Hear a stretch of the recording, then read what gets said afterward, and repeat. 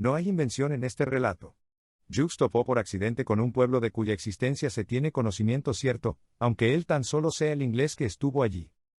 Floreció en otro tiempo un lugar en cierta manera similar en los alrededores de Calcuta, y se cuenta que si uno se adentra hasta el corazón de Bikaner, que es lo mismo que decir el corazón del gran desierto indio, se encontrará no ya con un pueblo, sino con una ciudad donde los muertos que no murieron pero que tampoco pueden vivir han establecido su cuartel general. Y yendo del todo verás que en ese mismo desierto existe una maravillosa ciudad a la que se retiran los acaudalados prestamistas tras amasar sus fortunas tan vastas cuyos propietarios ni siquiera pueden confiar en la mano dura del gobierno para su protección, de ahí que se refugien en las arenas resecas quienes conducen suntuosas calesas, compran hermosas muchachas y decoran sus palacios con oro, marfil, madreperla y azulejos Minton. No veo razón alguna para que la historia de Jukes no sea real. Es ingeniero de caminos, entiende de mapas, distancias y asuntos parecidos, y no creo yo que se tomara la molestia de inventar trampas imaginarias. Podía ganar mucho más cumpliendo con su trabajo legítimo. Nunca introduce variaciones en su relato, y se enardece y enfurece cuando recuerda el infame trato que recibió. Lo escribió primero de un tirón, aunque ha retocado algunos pasajes y añadido reflexiones morales, así. Todo empezó con un ligero acceso de fiebre. Mi trabajo me exigía pasar algunos meses al aire libre, entre Pakpatan y Mubarakpur, una desolada franja de arena, como probablemente sepa todo el que haya tenido la desgracia de estar allí. Mis criados no eran ni más ni menos exasperantes que otros, y mi trabajo exigía la atención necesaria para evitar que me deprimiera, caso de haber tenido una debilidad tan poco masculina. El 23 de diciembre de 1884 me sentí febril. Había luna llena, y los perros ladraban en los alrededores de mi tienda de campaña. Formaban dúos y tríos que me sacaban de quicio. Días antes había disparado yo a uno de los escandalosos cantantes y colgado sus restos en Terrorema a unos 50 metros de la carpa, pero sus compañeros se lanzaron sobre el cadáver, pelearon por él y finalmente lo devoraron, y me pareció que después entonaban sus himnos de acción de gracias con renovada energía. El aturdimiento que acompaña a la fiebre no actúa del mismo modo en todas las personas. Tras un breve lapso de tiempo, mi irritación dio paso a la firme determinación de sacrificar a una enorme bestia blanca y negra que había llevado la voz cantante durante toda la tarde. Como me temblaba la mano y se me iba la cabeza, ya había fallado en 2 ocasiones con los 2 cañones de mi escopeta, y se me ocurrió que lo mejor sería montar en mi caballo para liquidar el perro con una lanza. Esta fue, como es natural, la idea próxima al delirio de un hombre febril, aunque recuerdo que en el momento me pareció elementalmente factible y práctica. Ordené así a mi mozo de cuadras que ensillara a Pornic, y lo llevase con sigilo hasta detrás de mi tienda. Cuando el pony estuvo listo, esperé a su lado dispuesto para montar, y salir al galope en cuanto el perro alzase nuevamente la voz. Se daba la circunstancia de que Pornic llevaba un par de días atado a sus estacas, el aire de la noche era fresco y vigorizante, y yo iba armado con un par de picas especialmente largas y afiladas con las que esa tarde había estado arreando a una yegua perezosa. Es fácil suponer que Pornic salió con prontitud al verse libre. En un momento, pues salió disparado como un rayo, nos habíamos alejado de la tienda, y volábamos sobre la arena suave a una velocidad de vértigo. Un instante después, el miserable perro quedó atrás, y yo casi olvidé la razón por la que había tomado caballo y lanza. Debió de suceder que el delirio de la fiebre, y la excitación de la carrera al aire libre se llevaron lo que quedaba de mi razón. Recuerdo vagamente que iba de pie sobre los estribos, amenazando con la pica a la enorme luna blanca que observaba serenamente mi frenética galopada, y amenazando a voz en grito a los espinos que pasaban zumbando junto a mí. Creo que en un par de ocasiones resbalé desde el cuello de Pornic, y quedé sujeto literalmente con las espuelas. Eso insinuaban las marcas que mostraba el animal a la mañana siguiente. El pobre Pornic corría como un poseso por la infinita extensión de arena iluminada por la luna. Lo siguiente que recuerdo es que el terreno se elevó bruscamente ante nosotros, tras coronar el cerro, vi brillar a mis pies las aguas del Sutlej como un lingote de plata. Inesperadamente, Pornic cayó de bruces, y rodamos por una pendiente que no habíamos visto. Es seguro que perdí el conocimiento, porque al despertar me vi tendido sobre un montículo de arena fina y blanca, cuando el alba empezaba a rasgar débilmente el filo de la cresta por la que me había despeñado. A medida que la luz fue cobrando intensidad, vi que me encontraba en el fondo de un cráter de arena en forma de herradura, que se abría directamente por uno de sus lados hacia las orillas del Sutlej. La fiebre me había abandonado por completo, y no aprecié más consecuencias de mi caída que un ligero aturdimiento. Pornic, que estaba en pie a pocos metros de mí, parecía agotado, como es natural, pero no tenía un solo rasguño. Su silla, la favorita para jugar al polo, Había recibido bastantes golpes y se había desplazado bajo la panza del animal. Me llevó algún tiempo ponerlo todo en orden, y entretanto pude observar el lugar donde tan tontamente había caído. Aún a riesgo de resultar tedioso, debo describir este escenario por extenso, pues una exacta imagen mental de sus particularidades será de gran ayuda para que el lector comprenda lo que viene a continuación. Imaginen, como ya se ha dicho, un cráter de arena en forma de herradura y con abruptas paredes, de unos 100 metros de altura. Calculo que el desnivel rondaba los 65 grados.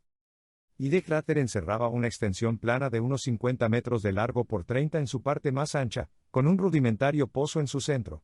En torno al lecho del cráter, a cosa de 1 metro del suelo, discurría una serie de 83 agujeros semicirculares, ovoides, cuadrados y poligonales, todos de 1 metro de ancho.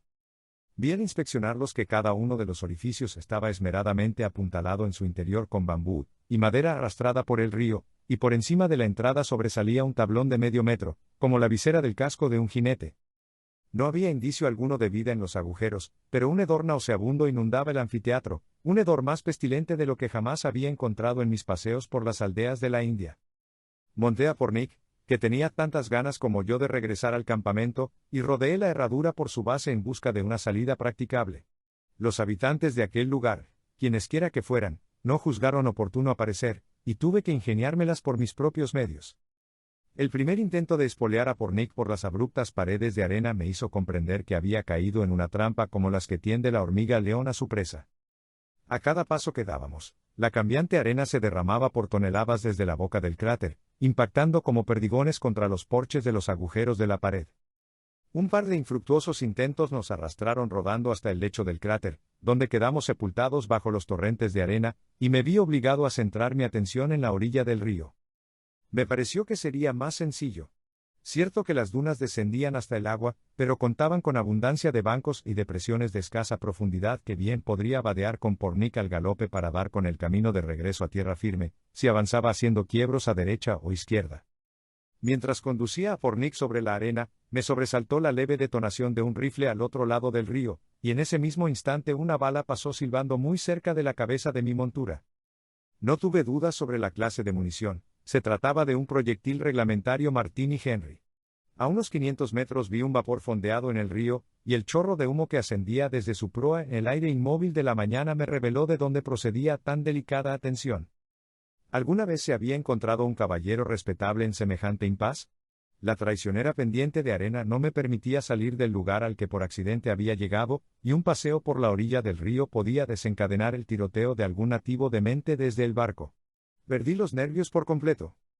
Otra bala me recordó que más me valía reservar mi aliento para soplar las gachas, y volví precipitadamente a la herradura, donde comprobé que el sonido del rifle había hecho salir a 65 seres humanos de los cubículos que hasta ese momento yo había supuesto deshabitados. Me vi rodeado por una multitud expectante, unos 40 hombres, 20 mujeres y un niño que no tendría más de 5 años. Iban apenas cubiertos con esa tela de color salmón que suelen llevar los mendigos hindúes, y a primera vista me parecieron una aborrecible banda de faquires. Me resulta imposible describir lo sucios y repulsivos que eran, y me estremecí al imaginar cómo sería su vida en aquellos nichos. Incluso en estos tiempos en los que el gobierno autónomo local ha destruido en los nativos cualquier respeto por un sahib, estaba yo acostumbrado a cierto grado de civismo por parte de mis inferiores, y, al acercarme a la multitud, esperaba algún reconocimiento de mi presencia. De hecho lo hubo, pero no fue en modo alguno como yo esperaba. La harapienta congregación se rió de mí, con una risa que espero no volver a oír en mi vida. Cacarearon, gritaron, silbaron y aullaron mientras me acercaba a ellos, algunos se tiraron literalmente al suelo para retorcerse con diabólico regocijo. Al momento solté la cabeza de Pornic e, indeciblemente irritado por mi aventura, la emprendí a bofetadas con los que estaban más cerca, poniendo en ello todas mis fuerzas. Caían los infelices como bolos a consecuencia de mis golpes, y las risas dieron paso a gemidos de piedad, mientras los que aún no habían sido alcanzados se me abrazaban a las rodillas, implorando en toda suerte de rudimentarias lenguas.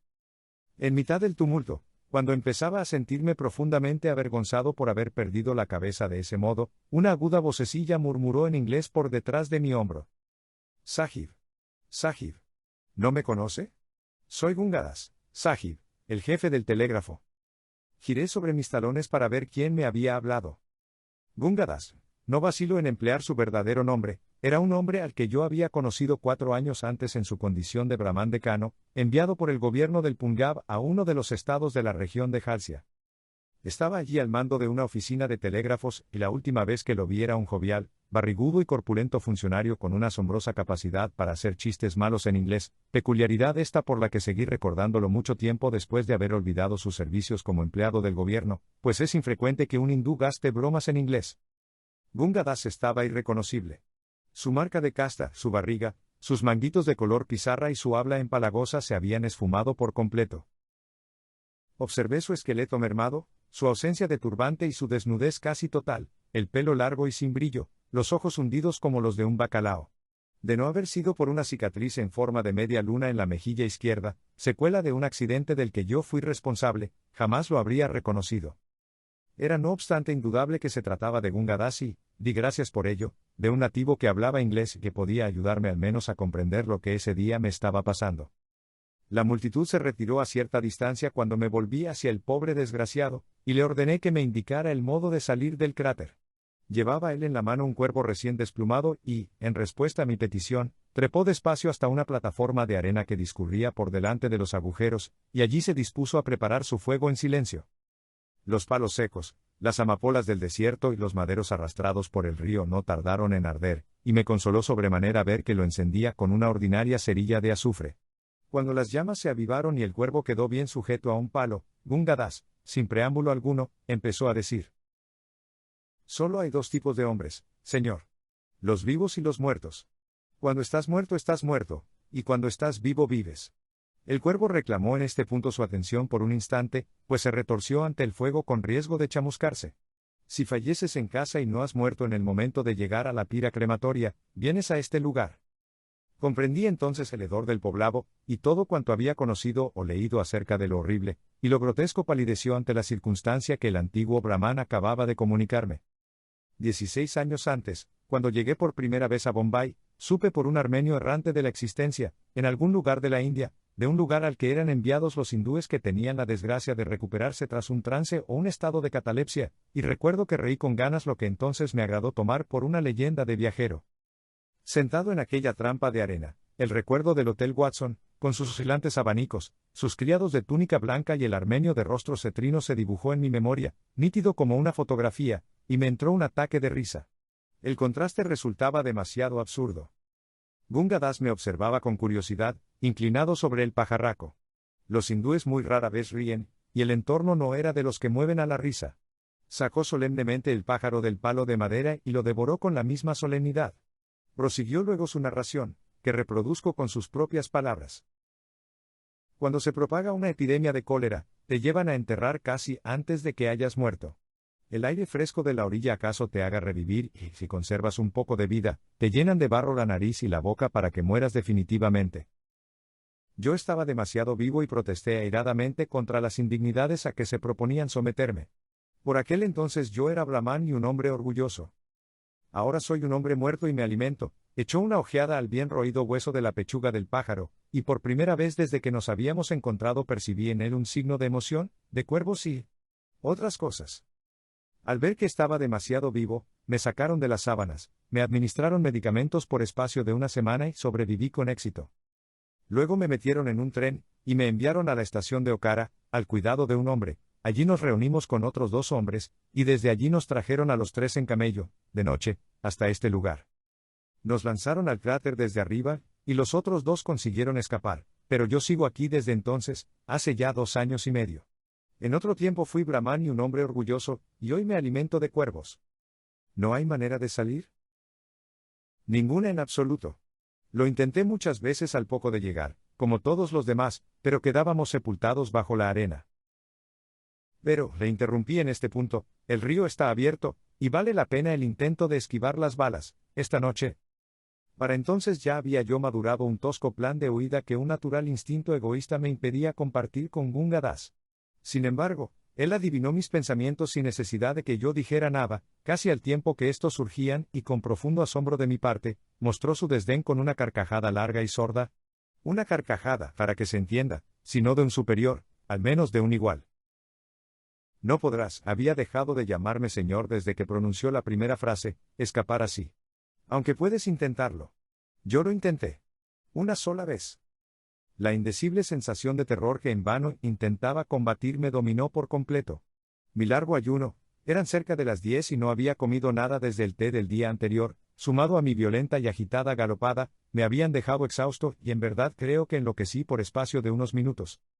Me lancé contra la pendiente de arena. Corrí alrededor de la base del cráter, blasfemando y rezando alternativamente. Me arrastré entre las juncias de la ribera, pero regresé todas las veces aterrado por el miedo a las balas, que levantaban la arena a mi alrededor, pues no me sentía capaz de morir como un perro rabioso en tan espantosa compañía, y así caí, agotado y delirante, junto al borde del pozo. Nadie pareció interesarse por mi exhibición, y eso hace que todavía me ruborice intensamente cuando lo recuerdo. 2 o 3 hombres me pisotearon mientras trataba de recobrar el aliento para sacar agua del pozo, pues era evidente que estaban acostumbrados a esa clase de situaciones, y no malgastaron su tiempo conmigo.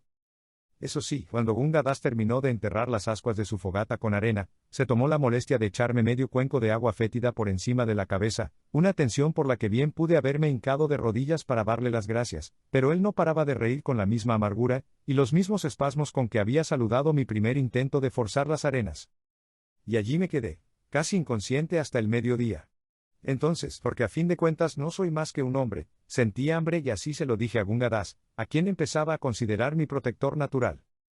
Respondiendo al impulso del mundo exterior en el trato con nativos, eché mano al bolsillo y saqué 4 agna. Al punto caí en la cuenta de lo absurdo de mi ofrecimiento y me dispuse a guardarlas de nuevo. No obstante, Gunga Das exclamó: «Dame el dinero. Todo lo que tengas. Si no lo haces pediré ayuda y te mataremos». Creo que el instinto natural de un británico es proteger el contenido de sus bolsillos, pero me bastó un momento para comprender que sería una locura discutir con el hombre en cuya mano estaba facilitarme las cosas, y con cuya ayuda tal vez lograse yo escapar del cráter. Le di todo lo que tenía. 9 rupias, 8 ana y 5 pie, porque siempre llevo a mano calderilla para las propinas cuando estoy acampando. Gunga Das agarró las monedas y al punto las escondió en su harapiento taparrabos, mirando alrededor para cerciorarse de que nadie nos había visto. «Ahora te daré algo de comer», dijo. Soy incapaz de explicar qué placer podía proporcionarle mi dinero, mas viendo que le había complacido, no lamenté habérselo entregado con tanta prontitud, pues no me cabe la menor duda de que de haberme negado Gunga Das me habría matado allí mismo. En un cubil de bestias salvajes no se protesta, y mis compañeros eran inferiores a cualquier bestia.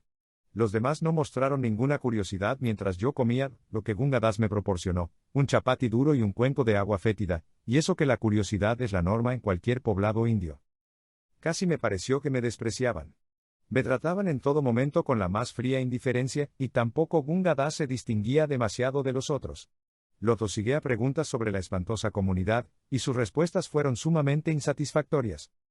Por lo que pude deducir, existía desde tiempos inmemoriales, lo que me llevó a concluir que tenía al menos un siglo de antigüedad, y no se sabía de nadie que hubiera conseguido escapar de allí. Tuve que contenerme con ambas manos para evitar que el pánico se apoderara de mí por segunda vez, empujándome a un nuevo delirio alrededor del cráter. Gunga Das subrayó este detalle con malsano placer, mientras observaba cómo me estremecía. Nada de cuanto yo pudiera hacer lo induciría a decirme quiénes eran los misteriosos ellos. Así se ha dispuesto, respondió. Y no sé de nadie que haya desobedecido las órdenes. Cuando mi criado advierta mi ausencia, repliqué, este lugar será borrado de la faz de la tierra, y además te daré una lección de civismo, amigo mío. A tus criados los harán pedazos antes de poder acercarse siquiera, y además, tú estás muerto, mi querido amigo. De eso no tienes la culpa, naturalmente, pero estás muerto y enterrado. Supe que a intervalos regulares se lanzaban provisiones de comida desde la cima del anfiteatro, y los habitantes peleaban por ella como bestias salvajes. Cuando un hombre presentía que se acercaba su muerte, se retiraba a su guarida para morir. A veces sacaban el cadáver del agujero y lo arrojaban a la arena, o lo dejaban pudrirse en el sitio. Me llamó la atención la expresión arrojarlo a la arena, y le pregunté a Gunga Das si dicha práctica no podía provocar una epidemia de peste. Ya lo verás con tus propios ojos, dijo, con otra de sus espasmódicas carcajadas. Tendrás mucho tiempo para hacer observaciones. Volví a estremecerme, para regocijo suyo, pero me apresuré a reanudar la conversación. ¿Cómo pasáis aquí los días? ¿Qué hacéis? La pregunta suscitó exactamente la misma respuesta que la anterior, con la apostilla este lugar es como el cielo de los europeos, nadie se casa y nadie es entregado en matrimonio.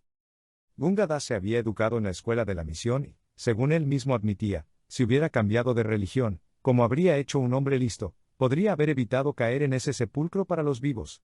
Pero a mí me pareció contento el tiempo que pasé con él. Ahí estaba un sahib, un representante de la raza dominante, indefenso como un niño y enteramente a merced de sus vecinos nativos.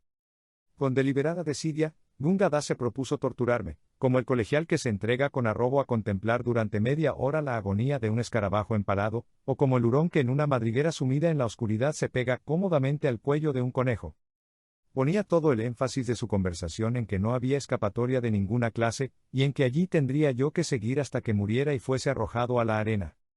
Si fuera posible imaginar la conversación de los condenados cuando una nueva alma llegaba a su morada, yo diría que seguramente hablan como Gunga Das lo hizo a lo largo de toda esa tarde. No podía yo protestar ni responder, todas mis fuerzas se iban en combatir el inexplicable terror que amenazaba con apoderarse de mí una y otra vez. Solo con la batalla que libra un hombre contra las angustiosas náuseas al realizar la travesía del Canal de la Mancha podía comparar mi sensación, con la diferencia de que mi agonía era espiritual y por tanto, infinitamente más atroz. Ya avanzado el día, los pobladores fueron concentrándose para tomar el sol de la tarde, que empezaba a declinar en la boca del cráter.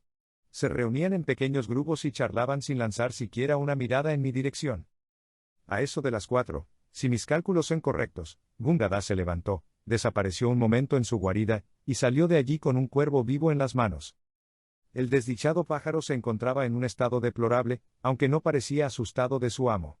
Gunga Das se acercó con cautela hasta la orilla del río, avanzando de matorral en matorral hasta que alcanzó una franja de arena situada justo en la línea de fuego del barco. Los ocupantes no le prestaron atención.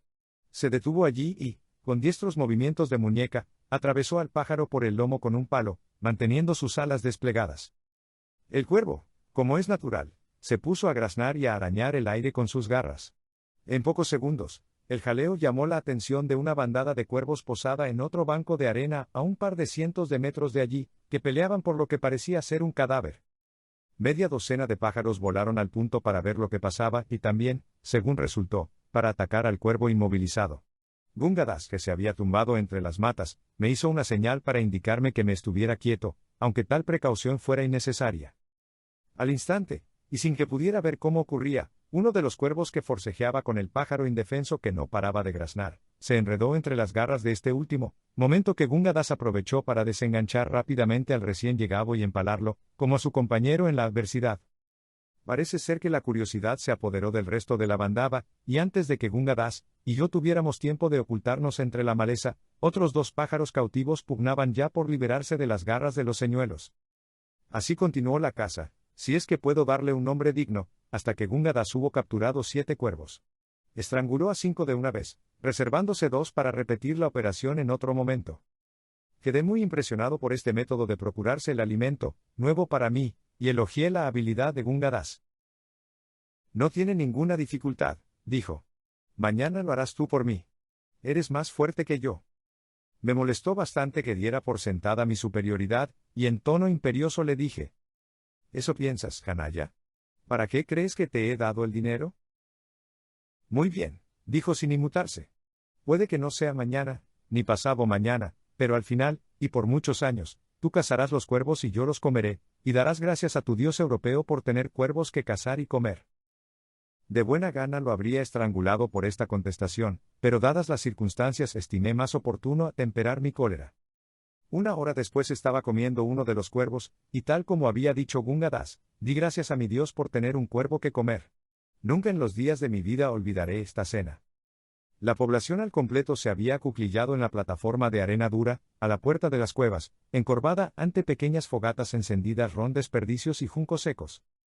La muerte, que ya en una ocasión había posado su mano en aquellos hombres, absteniéndose de asestarles el golpe definitivo, parecía ahora mantenerse a distancia de ellos, pues integraban principalmente esta sociedad hombres ancianos, doblados, consumidos y retorcidos por los años, y mujeres tan viejas a juzgar por su aspecto como las mismas parcas. Se sentaron en grupos y charlaron, Dios sabe qué temas de conversación podían encontrar, en voz baja y serena, en curioso contraste con el estridente parloteo con que los nativos hacen que el día resulte insoportable. De vez en cuando uno de ellos era presa de la misma furia repentina que a mí me había poseído esa mañana, y entre imprecaciones y alaridos, la víctima atacaba la empinada pared del cráter hasta que, derrotada y sangrando, se desplomaba sobre la plataforma, incapaz de mover un solo miembro. Los otros ni siquiera alzaban la vista cuando esto ocurría, como si fueran plenamente conscientes de la futilidad de los intentos de su vecino y estuvieran cansados de su inútil repetición. Fueron 4 las tentativas de este tenor que presencié en el curso de esa tarde. Gunga Das encaraba mi situación con un espíritu eminentemente práctico, y mientras cenábamos, ahora no puedo recordarlo sin reír, pese a lo doloroso que fue en su momento, expuso los términos del acuerdo según el cual consentiría en actuar para mí. Mis 9 rupias y 8 ena, argumentó, a razón de 3 ena al día, me proporcionarían alimento para 51 días o, lo que es lo mismo, unas 7 semanas, es decir, él se ocuparía de aprovisionarme durante ese período de tiempo. Una vez concluido tendría que arreglármelas por mis propios medios. Por una cantidad adicional, a saber, mis botas, se avendría a permitirme ocupar la cueva contigua a la suya, y a proporcionarme hierba seca en abundancia para que pudiera yo hacerme un lecho. Muy bien, Gunga Das, le dije, acepto de buen grado los primeros términos, pero, como no hay nada en el mundo que me impida matarte mientras estás aquí sentado y quedarme con todas tus pertenencias, pensaba en los 2 valiosos cuervos, me niego rotundamente a entregarte mis botas. Ya escogeré yo la guarida que me apetezca. Fue un buen golpe, y me alegró ver que surtía efecto. Gunga Das cambió el tono de inmediato, negando toda intención de quedarse con mis botas. No me pareció en absoluto extraño entonces que yo, un ingeniero de caminos con 13 años de experiencia, y, así lo espero, un inglés corriente, amenazara de muerte y violencia con tanta tranquilidad al hombre que, bien es verdad que a cambio de una suma de dinero, lo había acogido bajo su ala. Todo parecía indicar que yo había abandonado el mundo por muchos siglos aún por venir. Tuve entonces la certidumbre, tan nítida como la que ahora tengo de mi propia existencia, de que el odioso acuerdo no atendía a otra ley que la del más fuerte, de que los muertos vivientes habían dejado atrás por completo todos los cánones del mundo del que fueron expulsados, y de que mi vida dependía únicamente de mi propia fuerza y vigilancia. Solo la tripulación del infortunado Maignan podrá comprender cuál era mi estado de ánimo. En este momento, argumenté conmigo mismo, soy fuerte y puedo enfrentarme con 6 de estos miserables. Es vital que conserve la fuerza y la salud hasta que llegue la hora de mi liberación, si es que llega algún día. Fortalecido por estas decisiones, comí y bebí cuanto pude, e hice entender a Gunga Das que tenía la intención de ser el amo, y que cualquier intento de insubordinación de su parte sería respondido con el único castigo que estaba en mi mano infligir, una muerte repentina y violenta.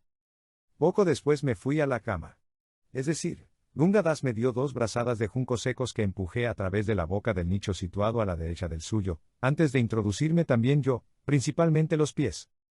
El agujero se adentraba unos 3 metros en la arena, con una ligera inclinación descendente, y estaba bien apuntalado con troncos.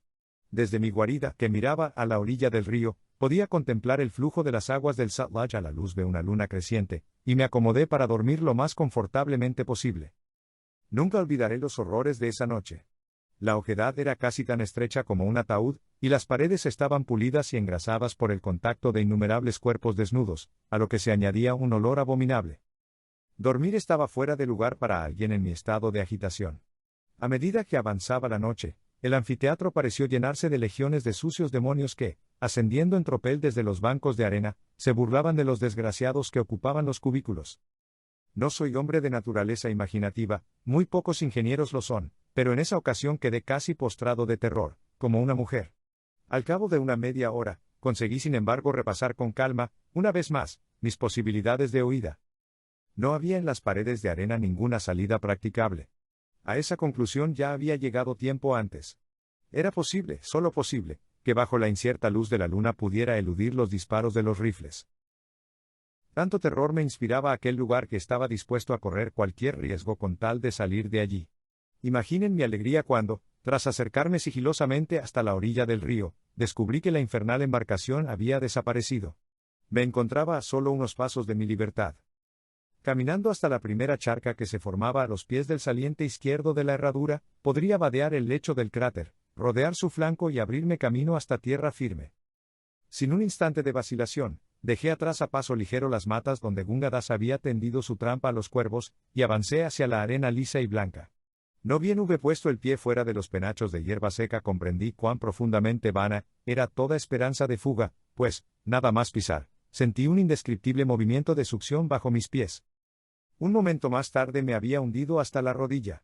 La superficie de la arena parecía temblar con diabólico deleite ante mi desesperación. Sudando por el esfuerzo y el terror, conseguí volver a las matas y caí de bruces. Mi única salida posible del anfiteatro estaba protegida por arenas movedizas. No tengo la menor idea del tiempo que pasé allí tendido, me despertó la risa malévola de Gunga Das en el oído. Te aconsejo, protector de los pobres, el rufián hablaba en inglés, que vuelvas a casa. Es malo para la salud tumbarse aquí. Además, cuando el barco regrese, ten por seguro que te dispararán. Estaba de pie, a mi lado, en la pálida luz del amanecer, sin parar de reír. Refrenando el primer impulso de cogerlo del cuello y lanzarlo a las arenas movedizas, me levanté de mala gana y lo seguí hasta la plataforma de las madrigueras.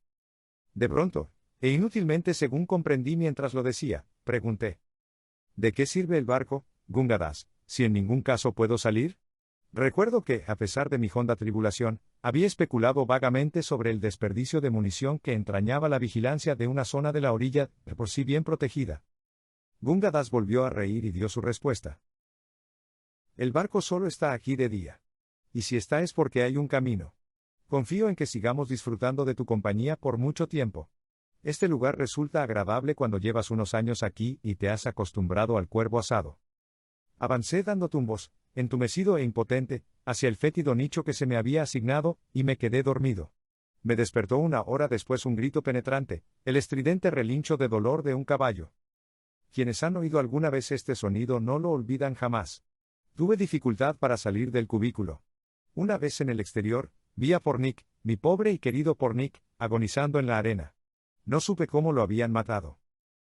Gunga Das explicó que el caballo era mejor que el cuervo y el mayor bien para la mayoría es la máxima política. Ahora que somos una república, señor Jukes, y tú también tienes derecho a una parte del animal. Si lo deseas podemos pedir que conste el agradecimiento. ¿Quieres que lo proponga? Sí, en verdad éramos una república. Una república de bestias salvajes atrapadas en el fondo de un foso y condenadas a comer, pelear y dormir hasta la muerte. Contuve mi protesta. Me senté y observé el terrible espectáculo que se desarrollaba ante mis ojos. En menos tiempo de lo que a mí me lleva a escribirlo, el cuerpo de Pornic quedó despiezado merced a distintos procedimientos igualmente miserables. Los hombres y las mujeres arrastraron los pedazos hasta la plataforma y empezaron a preparar el desayuno. Gunga Das se ocupó del mío.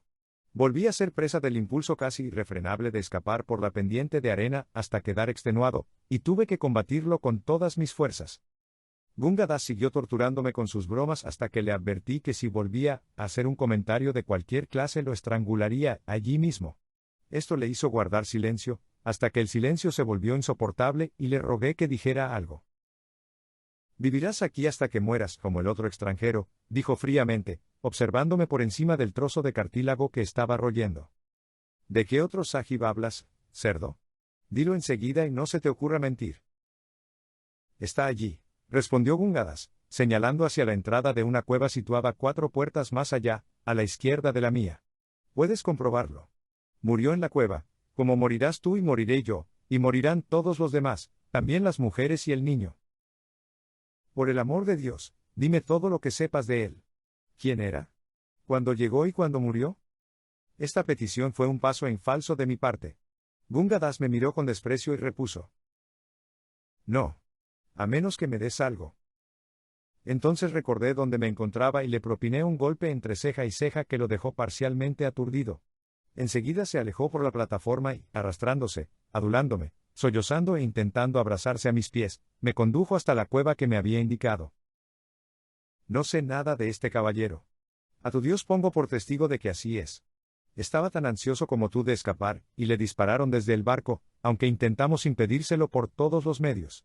Le dieron aquí. Gunga Das se llevó una mano al vientre y se dobló hasta el suelo. Muy bien.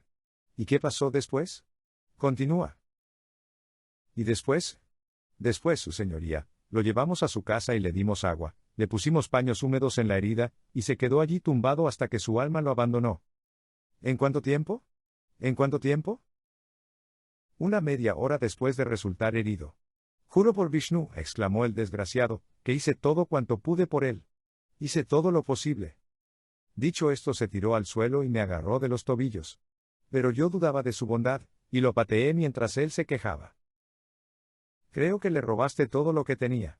Solo necesito un par de minutos para averiguarlo. ¿Cuánto tiempo estuvo aquí el Sahib? Casi año y medio. Creo que se volvió loco. Pero escúchame, protector de los pobres. Te juro, su señoría, que jamás toqué nada que le perteneciera. ¿Qué está haciendo su señoría? Yo había cogido a Gunga Das de la cintura y lo arrastraba por la plataforma, hasta la puerta de la madriguera vacía. Mientras lo hacía pensé en la indescriptible agonía que debió de vivir aquel hombre, en medio de todo ese horror por espacio de 18 meses, y en la angustia final de morir como una rata en un agujero, con una herida de bala en el estómago. Gunga Das se figuró que iba a matarlo y empezó a lanzar aullidos lastimeros. El resto de los pobladores, retóricos tras una comida abundante, nos observaban sin moverse. Entra y sácalo de ahí, le ordené a Gunga Das. Me sentía mareado y débil, de puro horror. Gunga Das casi se cae de la plataforma, y gritó con fuerza. No puedo, soy un brahmán, Sahib. Un brahmán de alta casta. Por tu alma, por el alma de tu padre te pido que no me obligues a hacer esto. Brahmán o no brahmán, por mi alma y por el alma de mi padre te ordeno que entres, contesté. Y sujetándolo de los hombros, le empujé la cabeza por la entrada del nicho, introduje el resto de su cuerpo de una patada y me senté, cubriéndome el rostro con las manos. Al cabo de unos minutos oí un crujido y un chasquido, acto seguido vi a Gunga Das, que me hablaba entre sollozos y susurros ahogados, luego un ruido sordo, y me tapé los ojos.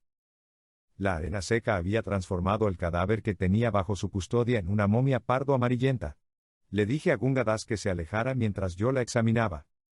El cuerpo, vestido con ropa de casa verde olivo, muy sucia y vieja, con refuerzos de cuero en los hombros, era el de un hombre de entre 30 y 40 años, de estatura superior a la media, pelo claro, de color arenoso, bigote grande y una barba tosca y descuidada. Le faltaba el colmillo superior izquierdo y una parte del lóbulo de la oreja derecha había desaparecido. En el dedo medio de la mano izquierda llevaba un anillo, un sello de jaspe rojo con forma de escudo engastado en oro, con unas iniciales que tanto podían ser B.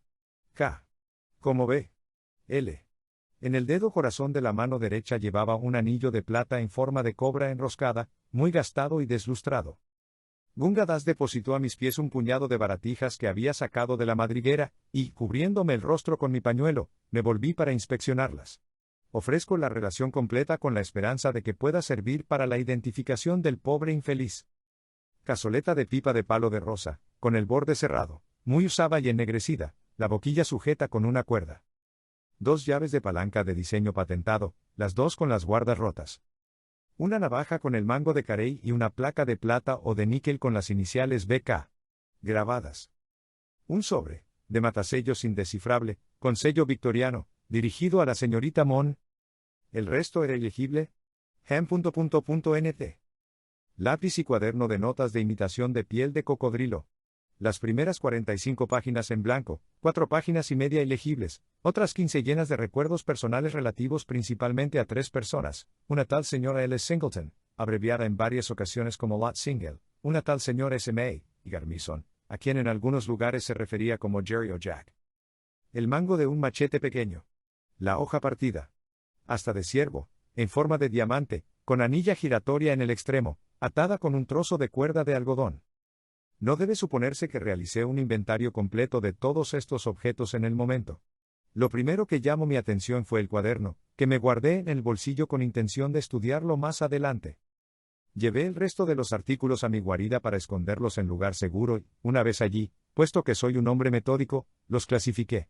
Regresé luego junto al cadáver y ordené a Gunga Das que me ayudara a llevarlo hasta la orilla del río.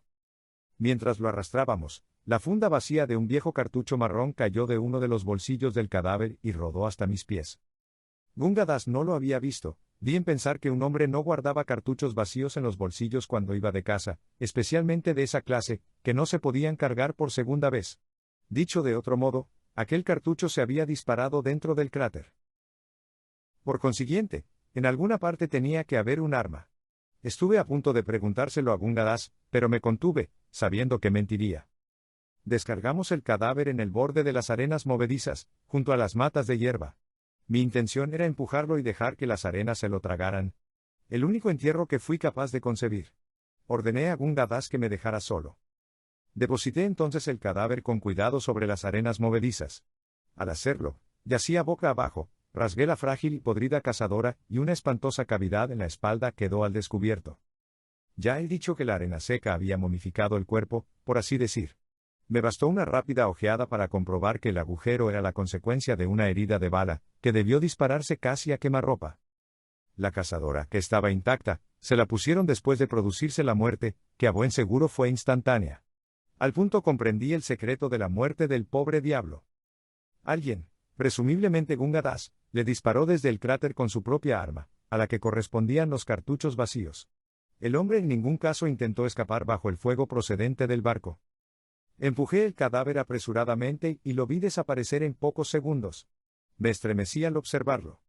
Aturdido y casi inconsciente, volví para hojear el cuaderno. Había un papel descolorido y sucio entre la tapa y el lomo, que cayó al suelo al abrir las páginas. Decía lo siguiente: 4 desde el montón de cuervos, 3 izquierda. 9 de frente, 2 derecha, 3 atrás, 2 izquierda, 14 de frente, 2 izquierda, 7 de frente, 1 izquierda, 9 atrás, 2 derecha, 6 atrás, 4 derecha, 7 atrás. Los bordes del papel estaban quemados. No entendí qué podía significar. Me senté en la hierba seca, dando vueltas al papel entre los dedos, hasta que noté que Gunga Das estaba justo detrás de mí, los ojos encendidos de brillo y las manos tendidas. ¿Lo has encontrado?, preguntó, resollando. ¿Me dejarás verlo? Te juro que te lo devolveré. ¿Encontrar qué? ¿Devolver qué? Eso que tienes en la mano. Nos ayudará a los dos. Extendió sus largas garras de ave, temblando de avidez. Yo no fui capaz de encontrarlo. Lo llevaba siempre escondido encima. Por eso lo maté, pero aún así no logré dar con ello. Gunga Das olvidó por completo su relato ficticio acerca de la bala. Lo escuché tranquilamente. Los contornos de la moral se desdibujan cuando se trata con muertos que están vivos. ¿Qué tonterías estás diciendo? ¿Qué es lo que quieres que te dé? El trozo de papel que había en el cuaderno. Nos ayudará a los dos. Ah, qué idiota. ¡Qué idiota! ¿Es que no comprendes para qué sirve? Nos permitirá escapar. Casi gritaba y bailaba de excitación delante de mí. Reconozco que la posibilidad de huida me emocionó. ¿Quieres decir que ese trozo de papel nos ayudará? ¿Qué significa? Léelo en voz alta. Léelo en voz alta. Te ruego que lo leas en voz alta. Así lo hice. Gunga Das escuchó con deleite y trazó con los dedos una línea irregular sobre la arena. Ahora lo entiendo. Es la longitud de los cañones de la escopeta sin culata. Tengo los cañones. 4 medidas de cañón desde el lugar donde cacé los cuervos. De frente, ¿me sigues? Luego 3 a la izquierda. Ah. Ahora recuerdo cómo trabajaba ese hombre noche tras noche. Después 9 de frente, y así sucesivamente. Siempre de frente antes de cruzar las arenas movedizas al norte. Me lo dijo antes de que lo matara. ¿Y si sabías todo esto, por qué no te has ido antes? No lo sabía. Me dijo que llevaba trabajando en ello 1 año y medio, noche tras noche, cuando el barco se marchaba y que conocía un camino seguro cerca de las arenas movedizas. Después dijo que nos marcharíamos juntos. Pero yo temí que cualquier noche se fugaría sin mí. Por eso lo maté. Además, no es aconsejable que los hombres escapen de este lugar. Solo yo, porque soy brahmán. La esperanza de la fuga había devuelto a Gunga Das su conciencia de casta. Se puso en pie, dio un par de vueltas y gesticuló violentamente. Al cabo de un rato conseguí que hablara con sensatez, y me contó que el inglés había pasado 6 meses explorando noche tras noche, centímetro a centímetro, el camino a través de las arenas movedizas. Aseguraba que era muy fácil hasta llegar a unos 20 metros de la orilla, antes de rodear el cuerno izquierdo de la herradura. Era evidente que no había llegado a completar el recorrido cuando Gunga Das le disparó con su propia escopeta. Recuerdo que, en mi frenesí de ilusión ante la posibilidad de huida, estreché con violencia la mano de Gunga Das, tras decidir que intentaríamos la fuga esa misma noche. La espera de la tarde nos resultó muy ardua.